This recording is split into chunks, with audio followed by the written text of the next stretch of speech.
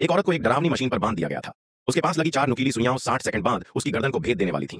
जिंदा बचने का एक ही रास्ता था कि आदमी उस ताले की चाबी निकाल सके, पर चाबी औरत के पेट के अंदर थी और एक कांटे फिशर हुक से बंधी हुई थी। अगर उसे जबरदस्ती खींचा जाता तो उसका गला फट जाता। गिनती शुरू हुई। आदमी ने चाबी निकालने की कोशिश की, लेकिन जैसे ही उसने हल्का सा खींचा, औरत की चीख निकल गई। तभी मशीन की सुइयां और तेजी से आगे बढ़ने लगीं, क्योंकि उसमें आवाज से नियंत्रित सेंसर लगा था। ज्यादा आवाज का मतलब था सुइयों का तेजी से बढ़ना। जिंदा रहने के लिए औरत को अपने अंदरूनी अंगों को फाड़ने वाले दर्द को सहना था और बिना आवाज किए रहना था। आदमी ने तुरंत उसका मुंह दबा दिया, मगर समय कम होता जा रहा था। मजबूर होकर उसने पूरी ताकत से कांटे को खींचा। औरत ने दर्द को सहते हुए चुप रहने की कोशिश की, लेकिन खून उसके मुंह से उफन कर बाहर निकल आया। आखिरकार कांटा बाहर आ गया और आदमी ने चाबी से ताला खोलने की कोशिश की, पर तब तक देर हो चुकी थी। समय खत्म हो गया था और औरत दर्द में दम तोड़ चुकी थी। खौफनाक खेल अभी जारी था।